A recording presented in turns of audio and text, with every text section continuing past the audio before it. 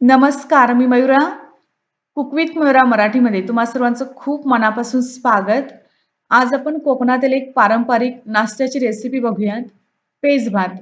खूप पौष्टिक असतो हा पेज भात. तर ही रेसिपी माझ्या सासूबाईंची आहे.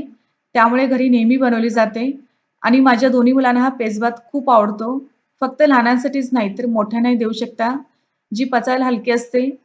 बरोबर सर्व्ह केली जाणारी खोबऱ्याची चटणीची रेसिपी आज आपण पाहणार आहोत. तर पेज भातसाठी इथे मी 1 कप उकडा तांदूळ घेतला आहे. उकड्या तांदळालाच इडली राईस किंवा पावड राईसही म्हटलं जातं. उकडा तांदूळ यासाठी कारण याचा पेज भात खूप टेस्टी होतो. पण जर घरी उकडा तांदूळ नसेलच, तर दुसरा कोणताही तांदूळ या ठिकाणी वापरू शकता. तर आधी पेज भात करायला सुरू करूया. घेतलेले तांदूळ 2 ते 3 वेळा स्वच्छ पाण्यातून धुवून घ्यावे आणि कुकरमध्ये काढूयात. यात 4 कप पाणी ओतावे लागेल.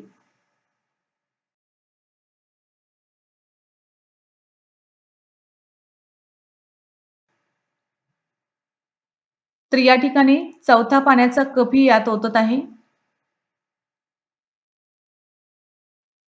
चवीपुरतं मीठ घालायचे आहे आणि मध्यम आचेवर कुकरच्या 4 ते 5 शिट्ट्या घ्याव्या लागतील.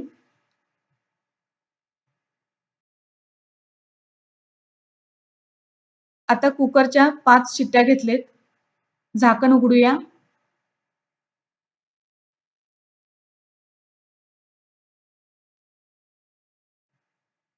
भातही छान शिजलाय.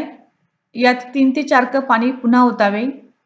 तुम्ही म्हणाल इतके पाणी का वापरायचे? तर पाण्यात शिजलेल्या भाताचा अर्क उतरतो आणि हे पाणी नुसते जरी पिलात तरी एनर्जी मिळते आणि हा भात असाच पातळ छान लागतो. पुन्हा याला गरम करूया.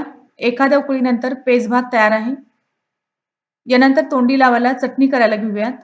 मिक्सरच्या भांड्यात 1 कप ओल्या खोबऱ्याचे बारीक तुकडे, 5 ते 6 हिरव्या मिरच्या, 6 ते 7 लसणाच्या पाकळ्या आणि हाफ टीस्पून जिरे,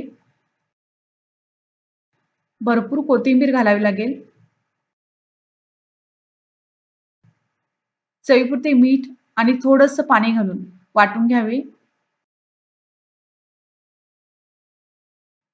तर या ठिकाणी घट्टसर चटणी तयार आहे. शेवटी यात अर्धा लिंबूचा रस घालावा. मिक्स करून सर्व्ह करावे. तुम्ही वाटताना जरी लिंबूचा रस घातलात तरी काहीच हरकत नाहीये. आता एका मोठ्या वाटीत हा पेजभात वाढूयात. बरोबर खोबऱ्याची चटणीही वाढली आहे. कोणत्याही पेशंटला बरं करण्यासाठी हा पेजभात देऊ शकता. कारण याने तोंडाला चव येते, पचायला हलका आहे. तर हा भात असाच खाऊ शकता किंवा थोडीशी चटणी घेऊन असेही खाऊ शकता. सुपर टेस्टी लागतो. 3 महिन्याच्या बाळाला वरची पेज द्यावी आणि 6 महिन्यापेक्षा मोठ्या बाळाला हा पेज भात असाच खायला देऊ शकता. तोंडाची चव वाढवणारा हा पेज भात आणि चटणी लहानांपासून मोठ्यांपर्यंत सर्वांना आवडेल. तेव्हा घरी नाश्त्याला ट्राय करा आणि तुमच्या प्रतिक्रिया आम्हाला कळवा.